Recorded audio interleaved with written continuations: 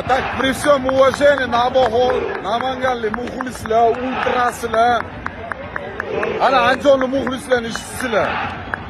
Yordi, nechish kelgan taqdirda ham butun Namangani yordi. Mana 2-1 ga yutib turgan holatimizda biz poddeska qilmaydi, o Navahol. Lekin mana bolalar 2-1 ga yutib turgan holatda poddeska qildi.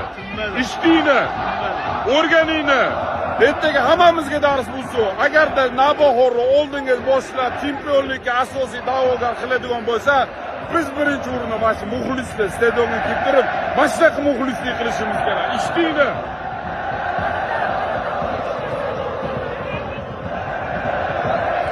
Yordi, Andijon, respekt, ultra siladi, bazarini, Namangan ahliga bolalar ishlashimiz kerak.